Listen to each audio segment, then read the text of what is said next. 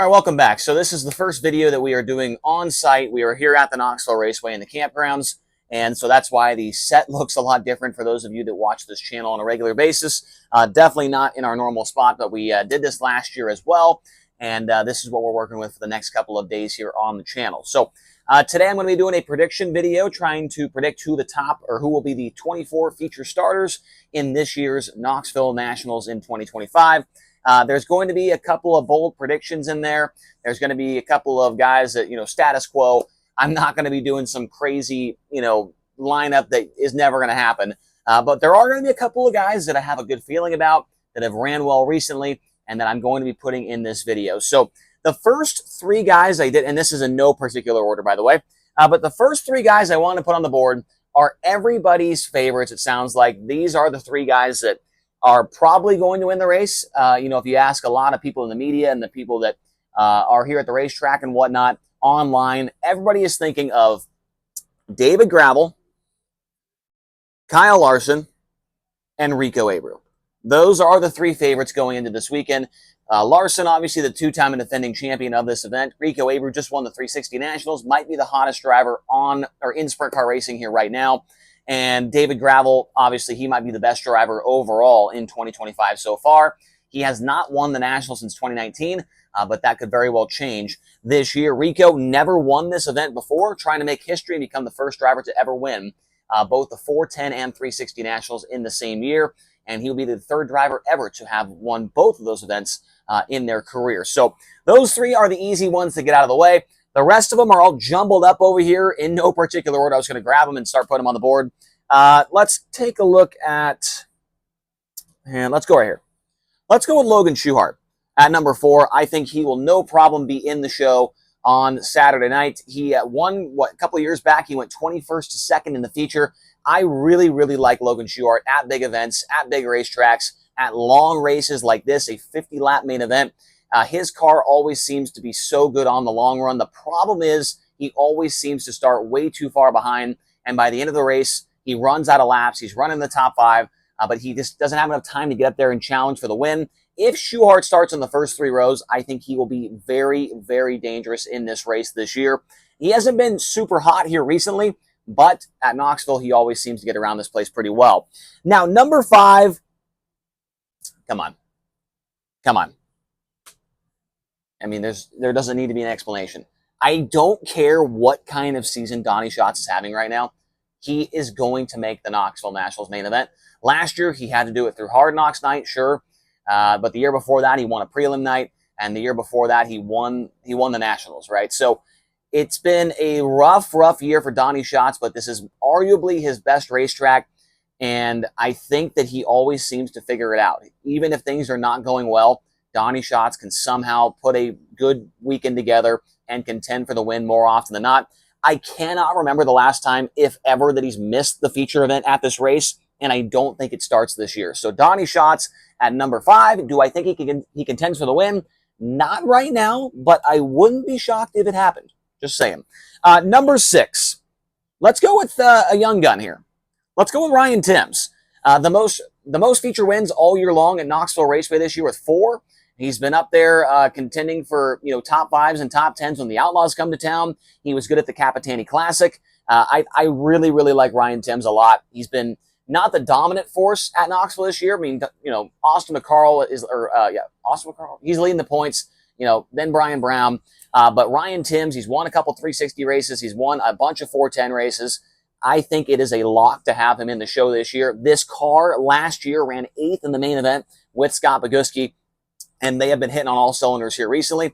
They got off to a really slow start in 2025, but here recently at Knoxville, at Huset's, at Jackson Motorplex, they've just been fantastic. So Ryan Timms, number 6 on the board. Number 7 is a guy, I've talked about him on the channel quite a bit here recently.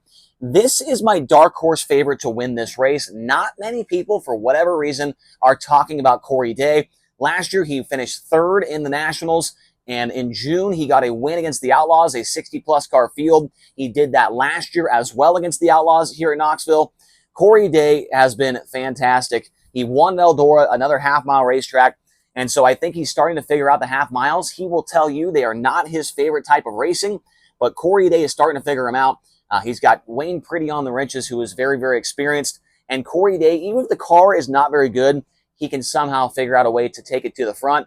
I think Corey Day is a serious threat to win this race this year.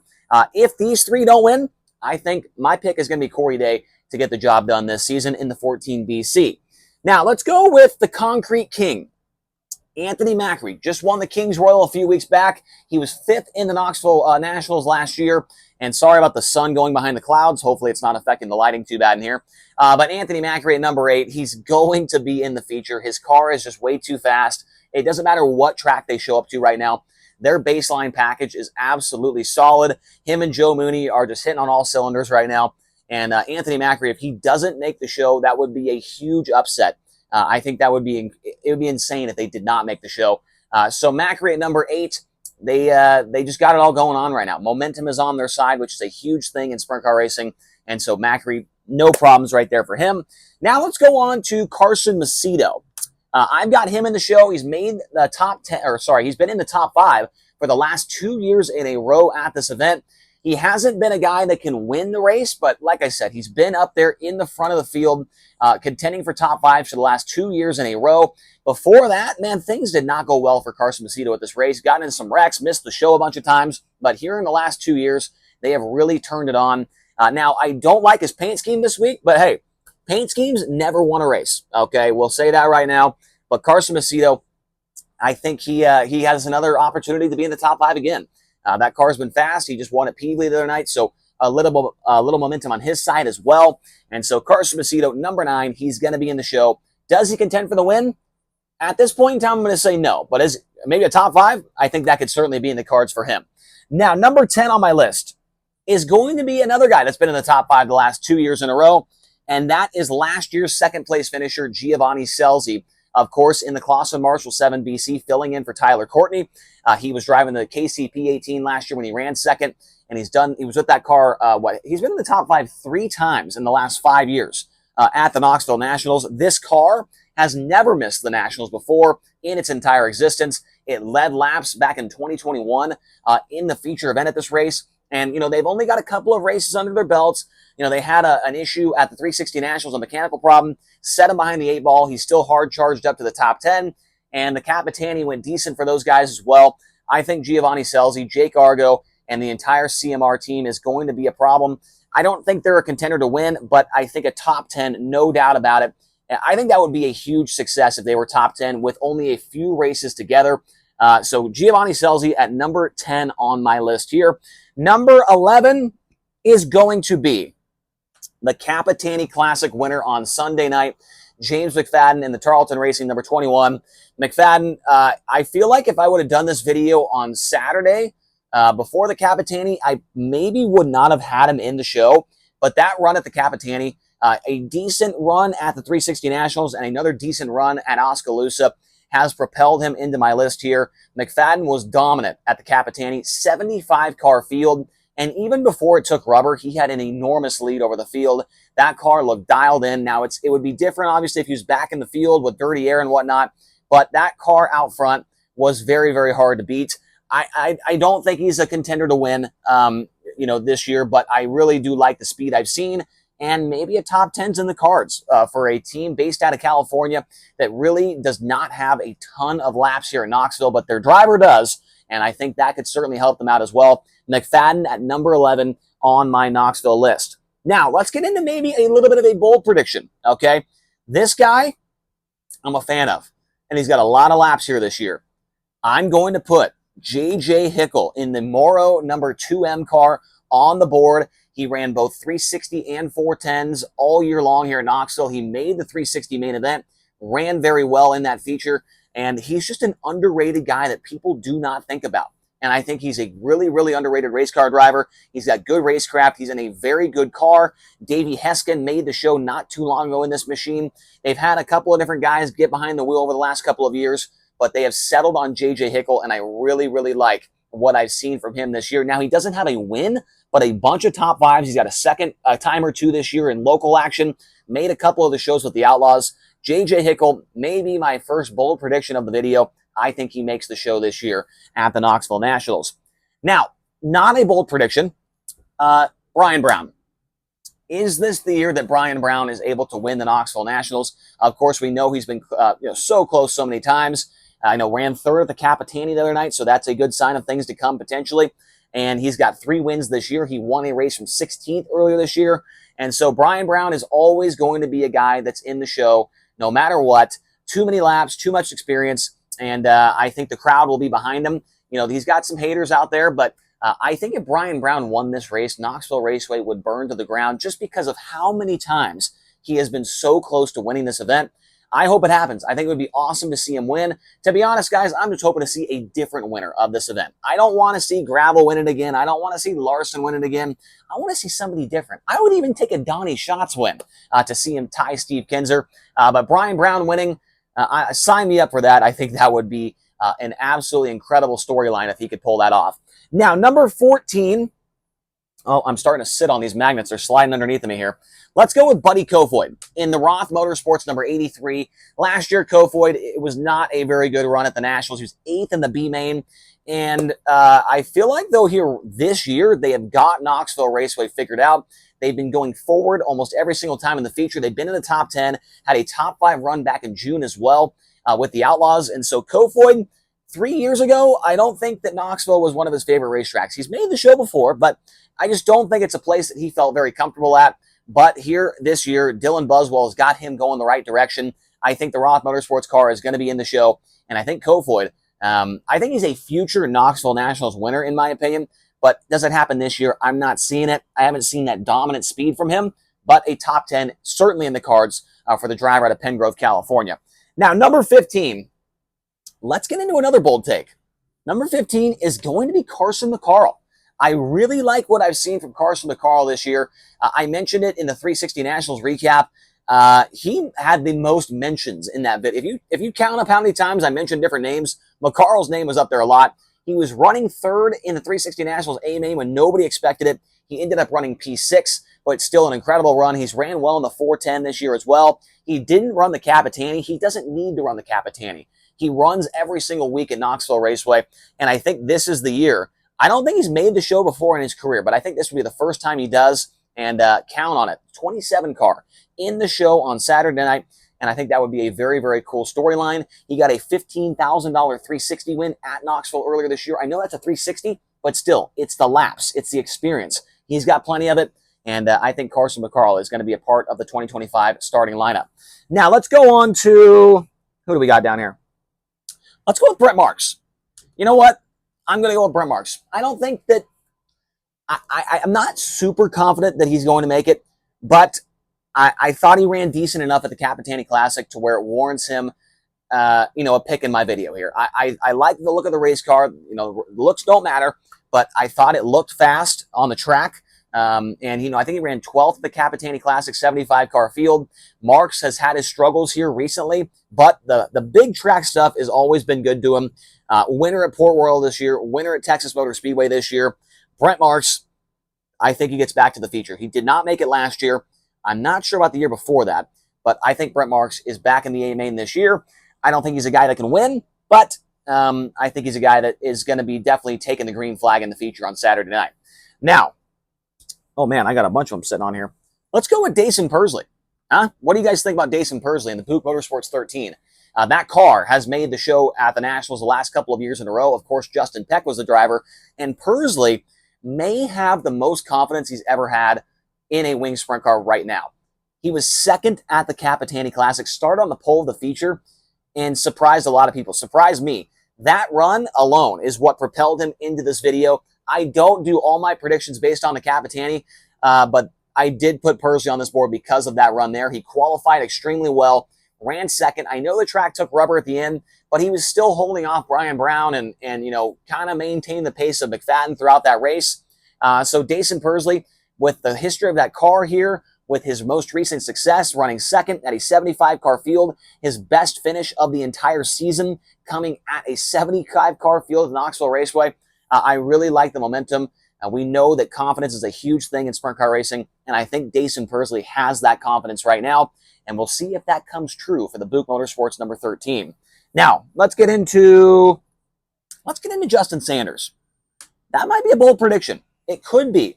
But I liked what I saw from him at the Capitani. That B main run where he started, I want to say 5th or 6th, and he got the win.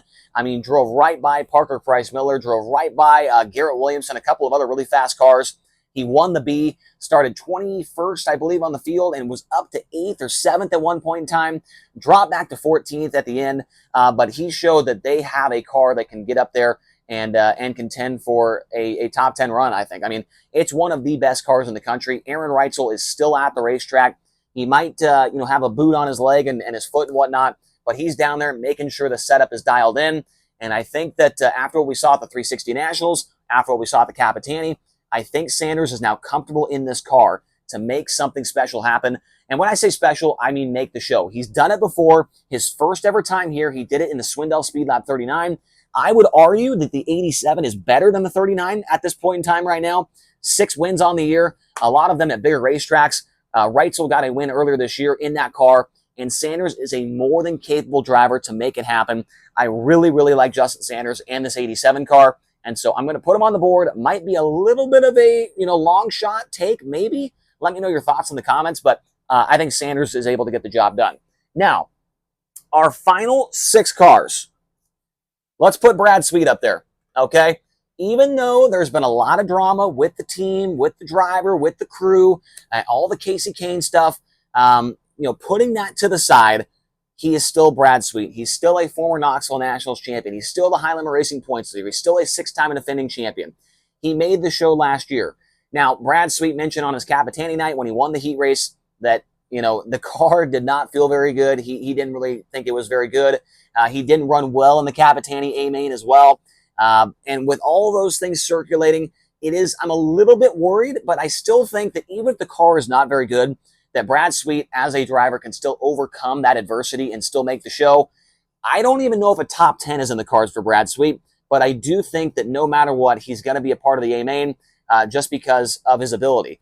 So we'll see if they can give him a car that, and they're still working out the bugs, right? I mean, Andrew Bowman is not a Eric Prutzman, right? I mean, that's a well-known fact. So they've got some work to do, but we'll see if they can, dig back in the notebooks and try and figure something out to give him a car to contend for a top 10 run this year. Brad Sweet at number 19 on the board. Now, let's put a former pole sitter of this race on the board, and that is Austin McCarl. In the number 88 car, he is the current points leader at Knoxville Raceway on a weekly basis. He's been fast all year, does not have a 410 win to his credit at Knoxville somehow, but did get a 360 Nationals prelim night win, ran top 10 on the finale of the 360 Nationals, ran well at the Capitani Classic. He's ran well all year long when the Outlaws come to town as well. I think Austin McCarl is an easy guy to have on the board, runs here every single weekend.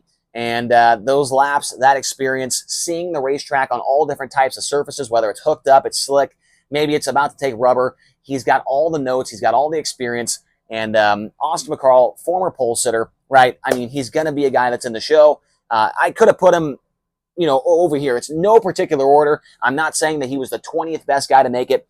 Austin McCarl is way better than the 20th best guy. He's just too good at Knoxville Raceway to not have on this board and be a part of the starting lineup this year. Now, number 21. This one I went back and forth on a couple times.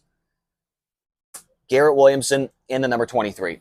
His best ever finish against the Outlaws came right here at Knoxville Raceway during June.